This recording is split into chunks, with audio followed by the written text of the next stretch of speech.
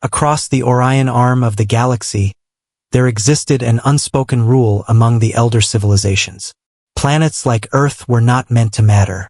They were young worlds, chaotic worlds, unpredictable worlds, worlds where primitive species fought wars over land, water, and invisible borders. To the ancient powers of the galaxy, humanity was nothing more than a curiosity, a newly spacefaring species barely capable of leaving the cradle of its home star. The Galactic Council had recorded humanity's first signals only 2 centuries earlier. In galactic terms, that was the blink of an eye. And yet, even in those early observations, something about humanity made the Council uneasy. Not their technology, not their ships, not their weapons, but their persistence. Humans had colonized their own moon within 30 years of discovering faster-than-light communication. Within 70 years, they had built stations orbiting the outer planets. Within 1 century, they had begun sending fragile exploration vessels toward nearby stars. Most species took thousands of years to accomplish such feats. Humans had done it in 100. Still, the Council dismissed them, because humans had something most advanced civilizations had long abandoned: emotion, hope, and a stubborn refusal to accept limitations. Far beyond Earth's solar system, aboard the warship Dominion Spear, a commander studied the small blue planet displayed on a holographic star map. Commander Vale Korath of the Velker Dominion was not impressed. To him, Earth was insignificant, a damp world of shallow oceans and scattered cities. Its defenses were minimal. Its fleet, laughably small. A handful of orbital stations, a defensive grid of satellites, and fewer than 50 true interstellar warships. The Velker Dominion alone possessed nearly 2,000. Korath turned to his tactical officer. "Confirm their surrender request." The officer hesitated. "They have not issued one, Commander." Korath's ridged brow tightened slightly. "Not yet." No, Commander. The alien commander leaned back in his command throne, studying the planet rotating slowly in the projection. Humans. So fragile, so small. Their bodies weak compared to most galactic species. Their bones brittle, their lifespans short. And yet, they had resisted every demand the Dominion had sent them. Trade concessions, territory rights, mining access to their asteroid belt. Each request had been denied politely, but firmly. Eventually, the Dominion had grown tired of asking. So they did what great empires always did. They arrived with warships. Now the Velker fleet surrounded Earth. Hundreds of dark vessels hung in silent orbit beyond the moon, their weapon arrays charged, their shield generators humming with barely contained energy. To the Velker, this was not a battle. It was a demonstration, a lesson. The galaxy had rules, and humanity had refused to learn them. Korath spoke calmly. "Transmit the final ultimatum." Moments later, a signal surged across every human communication network, across cities, across satellites, across every screen and speaker connected to Earth systems. The message was simple. "This is Commander Vale Korath of the Velker Dominion. Earth is now surrounded by Dominion forces. You will surrender your orbital defenses and submit to Dominion authority. If you comply, your species will be permitted to exist under Dominion protection. If you refuse, your planet will burn." Across Earth, billions of humans heard the message. In cities glowing beneath the night sky, on quiet farms beneath distant stars, inside orbiting stations and defense platforms. For a moment, the entire world seemed to hold its breath, because everyone knew what those ships meant. An empire had arrived. And empires did not ask twice. But inside the command center of Earth's planetary defense network, a woman watched the Velker fleet with steady eyes. Admiral Elena Reyes had spent her entire career preparing for this exact moment. She studied the tactical display, hundreds of alien ships, advanced weapons, energy signatures far beyond anything humanity possessed. One of her officers spoke quietly. "Admiral, they outnumber us 40 to 1. Another added, "Our fleet can't win a direct engagement." Elena Reyes nodded slowly. "I know. No panik. No hesitation. Just quiet acceptance. Because humans had faced impossible odds before. That was something the galaxy did not yet understand. Karath believed he had surrounded Earth. What he did not realize was that humanity had been preparing for this day for a very long time. And when humans prepared, they did not simply defend their skies. They learned to command them.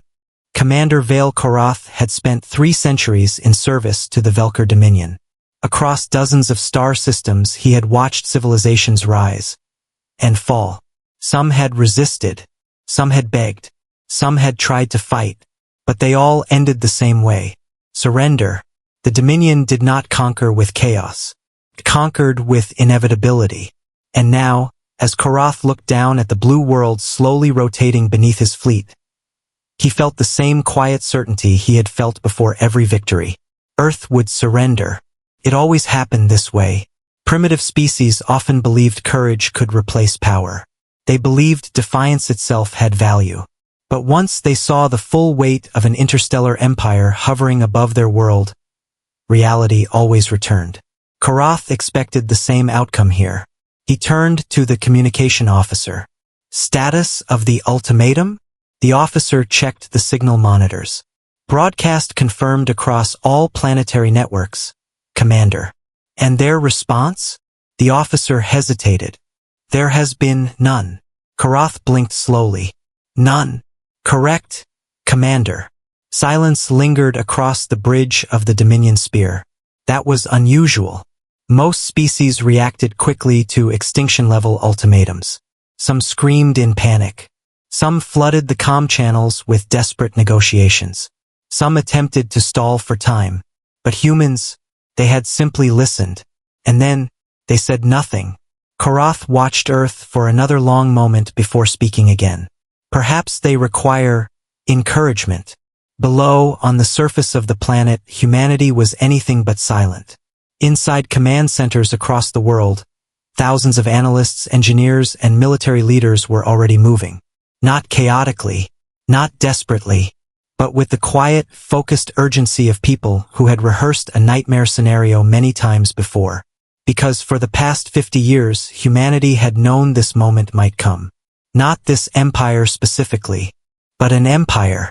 Ever since humanity discovered it was not alone in the galaxy, one truth had become painfully clear. Not every civilization was peaceful. The early signals from distant space had proven that. Encrypted military transmissions, strange fleet movements, star systems that suddenly went dark. Some alien societies joined the Galactic Council peacefully. Others expanded through force. Humanity had learned quickly. The galaxy was beautiful, but it was not safe. And so Earth had begun preparing. Quietly, secretly, thoroughly. Inside the United Earth Defense Command, Admiral Elena Reyes stood before a massive tactical display. The projection showed the Velker fleet in terrifying clarity. Hundreds of alien warships forming a massive sphere around Earth's orbit. Some positioned near the moon, others stationed near the outer orbital defenses, and more still waiting beyond, forming layered lines of firepower. It was the classic strategy of a dominant power. Complete orbital control, cut off escape, crush resistance. One of Rhea's officers spoke quietly. The Dominion fleet has begun deploying orbital jamming satellites. Another added, they're establishing weapons lock across our defense grid. The holographic display shifted, red markers appearing across Earth's orbital perimeter.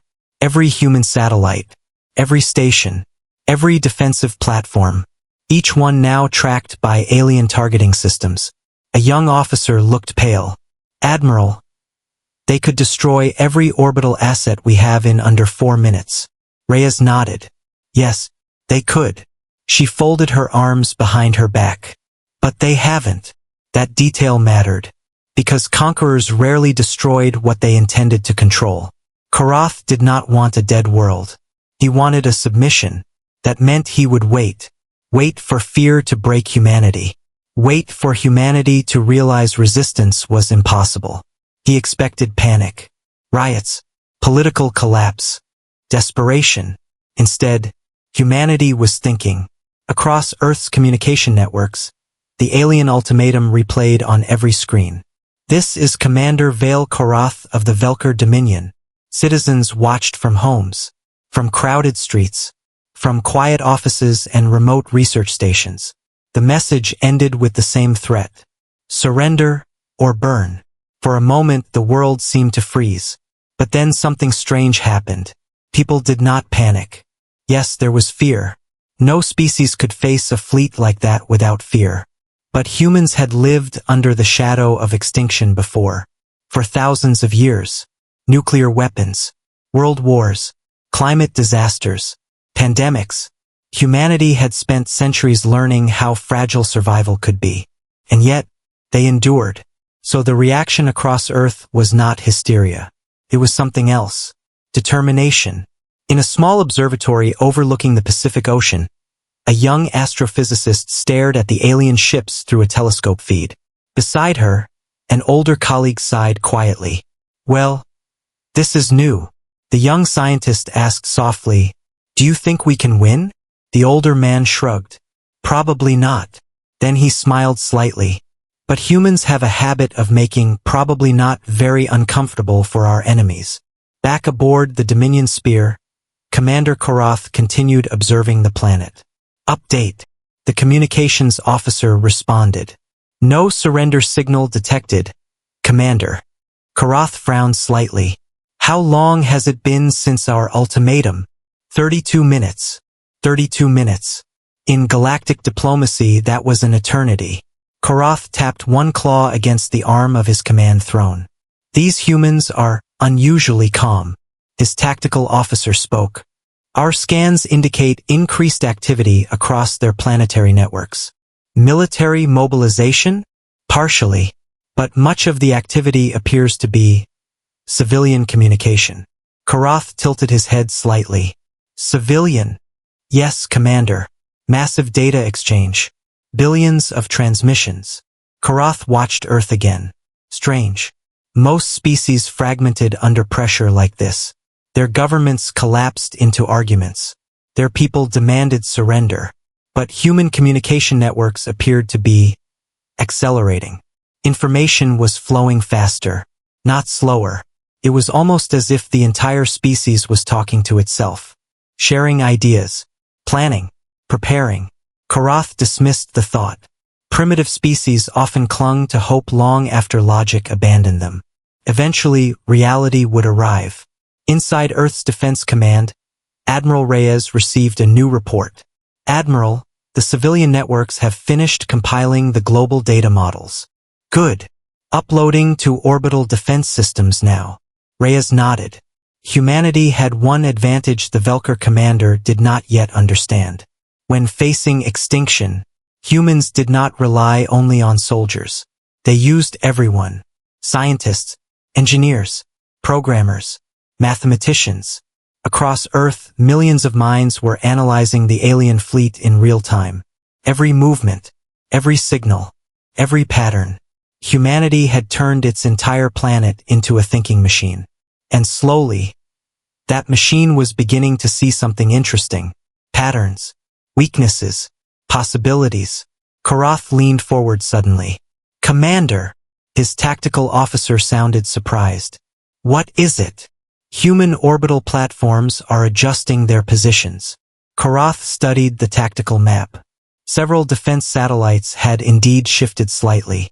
Not aggressively, not threateningly, just small movements. "Are they attempting to aim weapons?"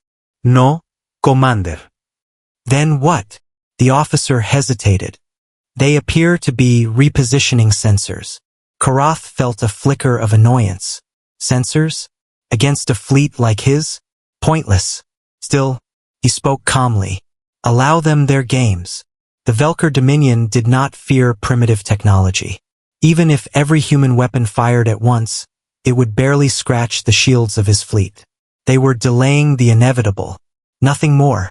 But far below, Admiral Reyes was watching the same movements with quiet satisfaction. Orbital sensors aligned. "Yes, Admiral. Lunar stations? Ready. Deep space arrays? Online." Reyes looked at the projection of the alien fleet again. Hundreds of ships, advanced weapons, superior numbers. By every traditional measurement, humanity had already lost.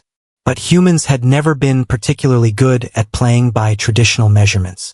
Because while the Velker fleet believed it surrounded Earth, they had overlooked something important. Space was not empty. Not really. It was full of things. Gravitational tides, radiation currents, magnetic storms, invisible forces constantly moving through the solar system. For centuries, humans had studied those forces, learned from them, learned how to ride them, and slowly, humanity had learned how to use the sky itself as a weapon. Admiral Reyes folded her arms again. Let them think they control orbit. An officer glanced at her. Admiral, she smiled faintly, because the moment they realize they don't.